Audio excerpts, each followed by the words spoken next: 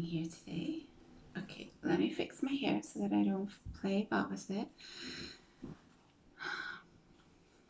Okay, all right. I wasn't planning on being here today because I'm going to be slowly, okay, you guys, possibly coming off the channel. I added the caveat possibly because you know me. I I can be capricious. It's because I just love this space so much, but we have to live. We do have to live. And I want to live. I really want to live. So we'll do it slowly until you'll not even feel that I've gone. Okay? How's that? I was thinking this morning about this is why I ended up coming on because I was thinking about this morning.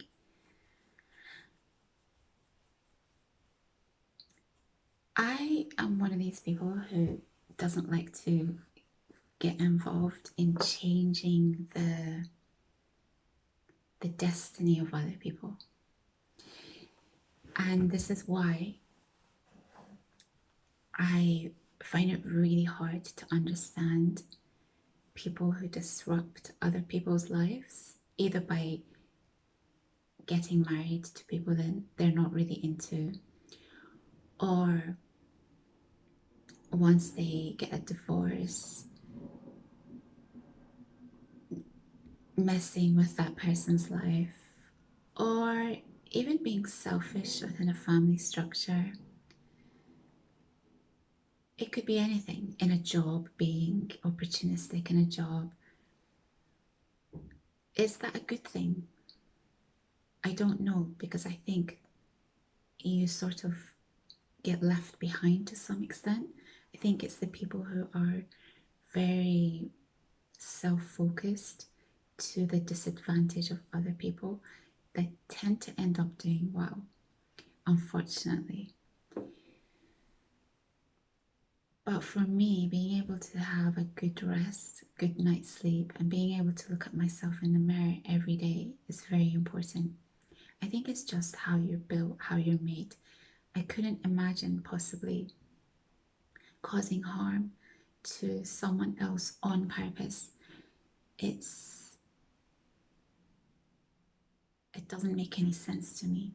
Why would I want to disturb someone else's life for my own gain? To me, that's against humanity. I need to connect all the dots, okay, guys? So you're going to be patient. You're going to have to be patient so that I can be eloquent in this video.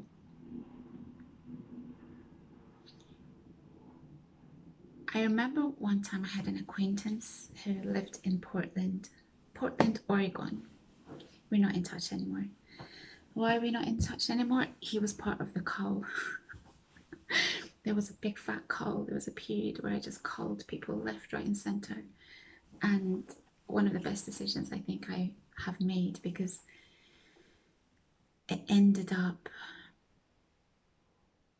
that I just had the right people around me. Now, there are not many people around me. But that's what happens when you're the type of person who doesn't bother people and expects not to be bothered back. And when I say bothered back, I mean even simple things like being selfish. You can be selfish to advance your life. I totally approve of that, and I think that's a great thing. But being selfish to advance your life at the what's the word I'm looking for? At the debt to someone else's life, at the disadvantage to someone else's life. I really don't approve of that at all. So anyway, he was part of the call, but I remember one time he said to me that his parents had all this money lying around and they were just sort of frittering it away. It was their money, but they were sort of just spending it or frittering it away. He said, I don't know how he had access to this money because it hadn't been given to him as inheritance just yet. He said to me that I took all the money and I invested it into property. And that's what he did. He took all the money, he had his own house, he bought another property in Portland, Oregon. I don't know why I like saying Portland, Oregon. It makes me think of oregano. No, it's not oregano, you guys. We say oregano in the UK.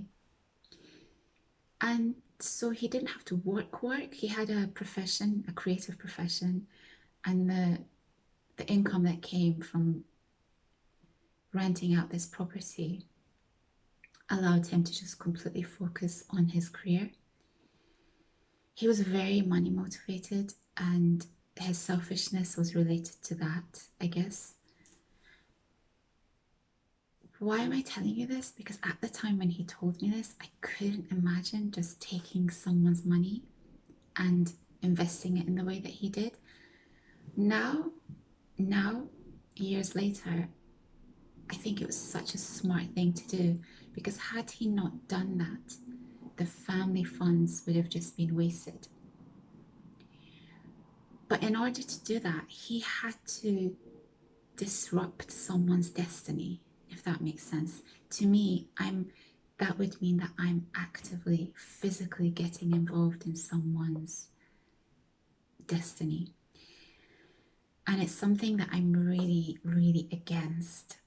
However, if it's going to benefit them in the long run, because I'm sure apart from getting this rental income, he was also probably taking care of his parents in some way. I would hope so anyway, because it was their money that he's invested. So it's a really difficult one. When you can see that someone's doing something wrong, do you actively get involved and change their destiny? Or do you just stay out of it completely, but it will affect your life as well by staying out of it? This is something that I'm going through at the moment on a family level, and it's a very difficult thing for me because I was always the one who just kept myself to myself, didn't bother people. I'm basically low drama, and by that I mean if I have a difficulty or issue, I don't pass the buck. I deal with it quietly on my own. And I think it's wrong to involve someone else in my difficulty or in my issues. And so that's what I mean by low drama. Don't cause difficulty and expect no difficulty to come back to you. So because I was always that person, I neither brought difficulty nor did I want to take on difficulty. The reason I didn't want to take on difficulty is because I think it's unfair for people to pass on their difficulty to you unless they have no choice, unless it's something that they cannot do anything about. And in a family structure, you have to support and help each other. What was the other reason? I can't remember the other reason. By now I'm in a stage where I'm sort of seen as the person who's the most sane and logical. And by sane and logical, I mean that I think I'm actually not intrinsically a logical person. I am and I'm not. I'm a very intuitive person, and it's my intuition that has pretty much got me through life. When I didn't listen to my intuition is when things just went massively wrong, because I know what you're saying, but you're having some difficulties at the moment. Hasn't your intuition helped you? It's because I haven't listened to my intuition that I'm where I am at the moment. So there's a time and place for logic, but I've had to employ logic more and more in recent years, because I've realized that people either don't have the same intuitive capabilities or they're just not logical. So if they don't have the intuitive capabilities, you can't deal with them on an intuitive level. So then you have no choice but to deal with them logically. Some people still don't understand logic, And so what do you do then? I don't know. You either completely stay away from them, or you do what this guy did and just take complete control of a scenario or a situation. And I'm in that stage now where I'm having to take complete control. I either take complete control or I completely remove myself. And that's a hard one for me, because by taking full control, I'm going to affect everyone's destiny. By removing myself, I think they will lose out on someone who could potentially really help them. But the initial stages of taking full control is very difficult for everyone, because in a family structure, or even I'm guessing in a marriage, everyone has their own desires, wants, everyone has their own needs, and that's fine. But if you have your own desires and wants and needs, you can't then disturb other people's desires, wants, and needs. Let's take a really good example of this. Okay, I frequently hear about how women in marriages just decorate the house in a really garish way, and the men feel really uncomfortable living in their own homes, and at the same time they don't feel like they have their own space to do what they want, and it causes a lot of conflict. So in my case, I like to have a very, very clean and simple house. And by simple, I mean I need space to think. There has to be light, there has to be minimal items in the house, and aka clutter. And I don't like strong colors in the house. For example, my mum sometimes goes to this Turkish shop to buy some special items, and she always comes back with this really garish blue bag. It's like a really artificial blue. It's not like sky blue, it's like an artificial synthetic blue. And sometimes she'll forget that it really bothers me, this color, and she'll leave it in the kitchen, and I have to sort of hide it away out of sight, or tell her to get rid of it, or because fit it doesn't fit the clean atmosphere that I'm trying to create in the house. And you might think that that's really extreme and it disturbs other people, but it actually doesn't, because I don't decorate the house, or I don't put things in the house that will disturb other people. So my expectation is that there are no artificial and synthetic colors in the house, because everything has to be in wa, in peace, in zen. And at the same time, I will not do excessive or unnecessary or garish decoration that just suits me. So we all live in a very clean space that's neutral, I guess, and that allows me to think clearly, and hopefully doesn't disturb you either. Because if someone isn't disturbed by garishness, surely they shouldn't be disturbed by complete and utter zen and neutrality, if that makes sense. So then they're not bothered either way. So if they're not bothered either way, then it doesn't matter that I want to maintain a very neutral and clean, and by clean I don't mean physically clean, because everyone likes physically clean. I mean clean as in no excess clutter and just room to breathe and think, not distracted by unnecessary things. So that's a really good example of when everyone has to work together so that we're all happy. And I'm not disturbing you and you're not disturbing me. This is going to be all over the place, but it's important. There's little nuggets in everything that I'm about to say. I've also told you that if someone does me wrong or does me dirty in some way, I chalk it up to a good lesson and I walk away very comfortably and easily. I don't have any interest in revenge. I don't seek revenge. I don't prolong the process of trying to figure out why they are the way they are, because I've made that mistake in the past. It's just a clean cut and we move on.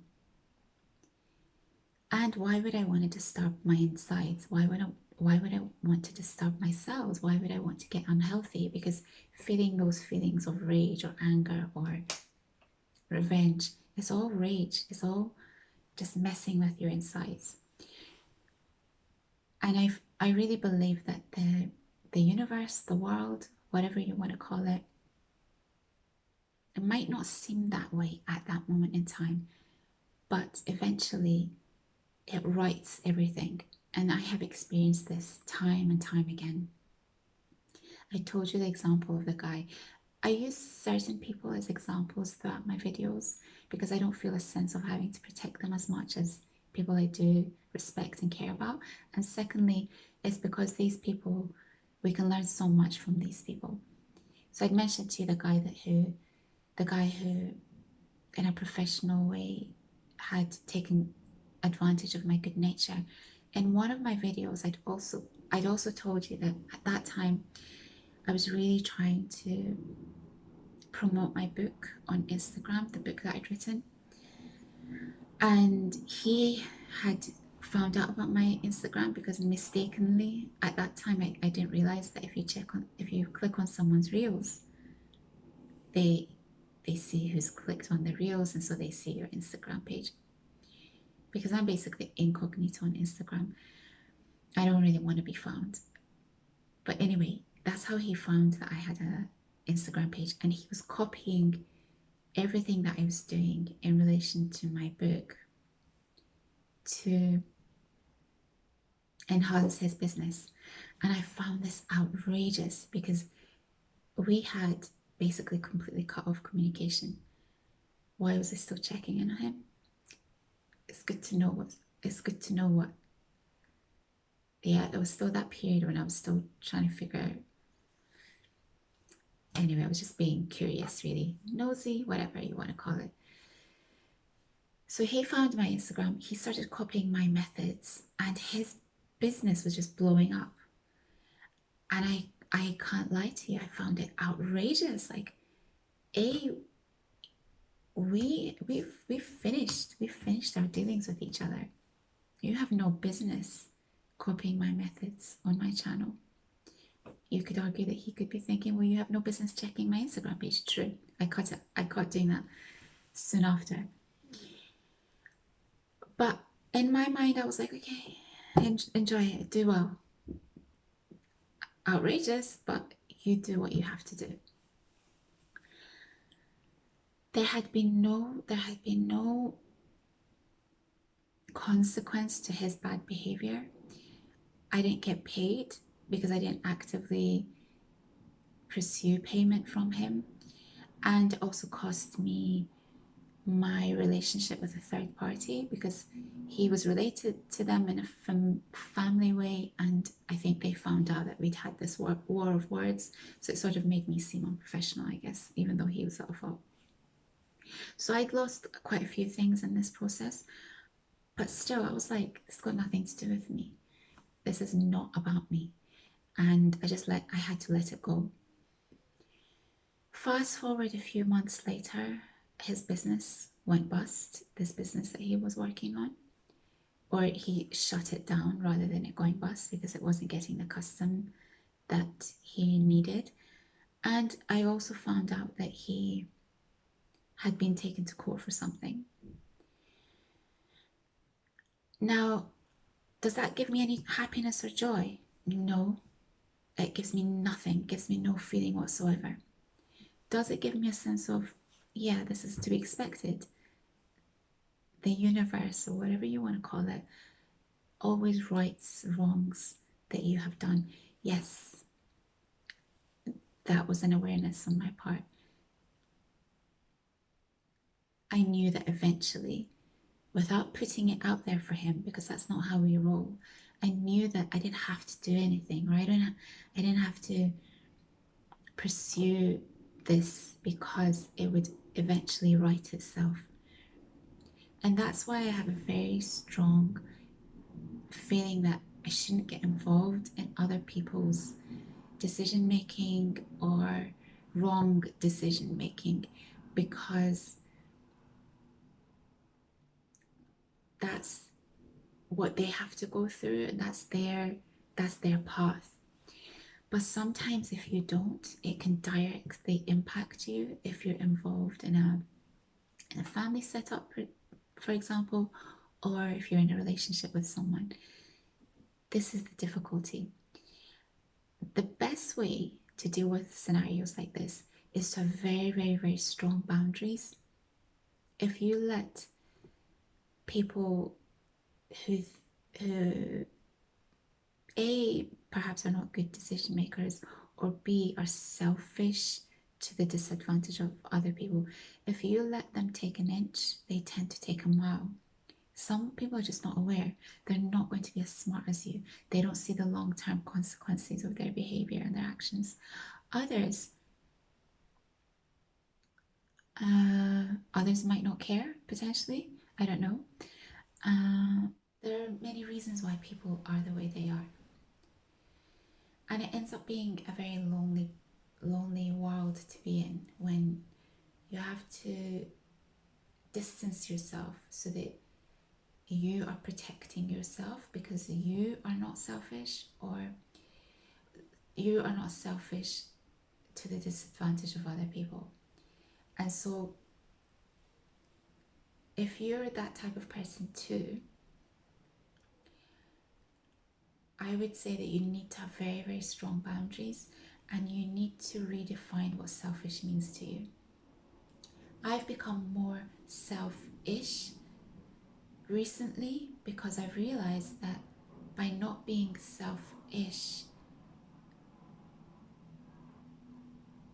not only am I losing out, but actually everyone's losing out, because my decisions come from a very good place. And so if my decisions come from a good place and I make difficult decisions, eventually it will have a positive impact on everyone. And that's very hard for people who are like me, because we don't want to disturb other people, even in the initial stages of making these difficult decisions. But it's something that we have to get used to, because we are actually very, very powerful and we don't even realize it. We're very powerful because we come from a good place. We're very powerful because we can affect people's lives in a very positive way. And we're very powerful because people trust us. Because people trust us, they will want to deal with us. If they don't trust you and you are on the right side of behavior and humanity, then there's something not right about them, and it's best to just completely not deal with them at all. And the final thing I will say on this before I go is that when you're younger and when you trust your parents and know that they have your back, you feel really, really bad, or at least I used to, in making decisions that they might not necessarily approve of, because you think they know better. And if I mess this up, it's this painful feeling of you hurt them by going against what they think is the right thing to do. And on top of that, you've messed up. This happened quite a few times to me when I was in my 20s, to the point that I became really, really cautious, and I lost my sense of inner voice of what I think is the right thing to do, because I'd had situations where I didn't listen to my parents and I'd messed up in the process as well. And so then I came to this conclusion that they are more wise than me. They have my best interests at heart. And so it's potentially better to just listen to them. I'm a little bit cautious of that now as an older person, because having is it me listening to them, or maybe it's just me thinking that they want a certain thing from me and actually it's not. So it's not having had, it's more that I haven't had really open and vulnerable discussions with them. That might be it. I really wish I had started a family type blog when I was younger and expressed what my needs were and what my expectations of other people were.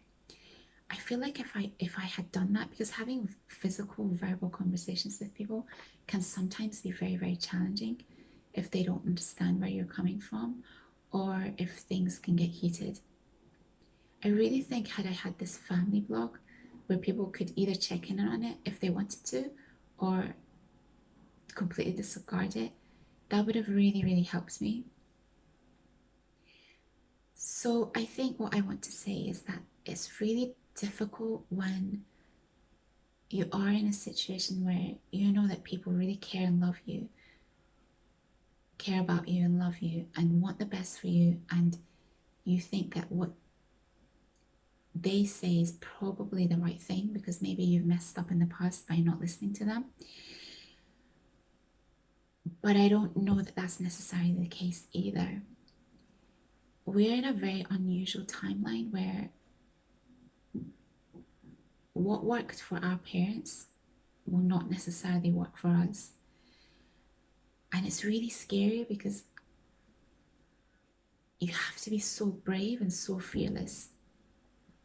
So the decisions that I'm about to make or going to be making, it will hurt people initially, probably.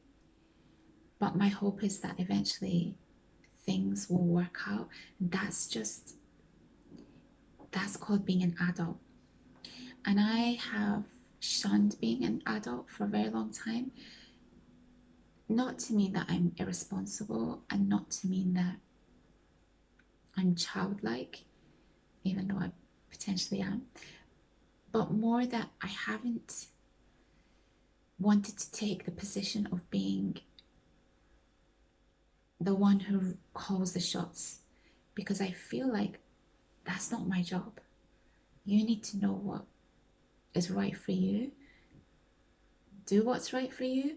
As long as you're not disturbing anyone, do whatever it is you want to do. That's my philosophy. As long as you are not disturbing anyone or hurting anyone, do whatever it is that you want to do. It's this gray area where you end up disturbing people in doing what you want to do that causes a lot of conflict. Okay, I should go. We're going through a very hot period in London. It's nice, but I like to stay out of the heat as much as I can.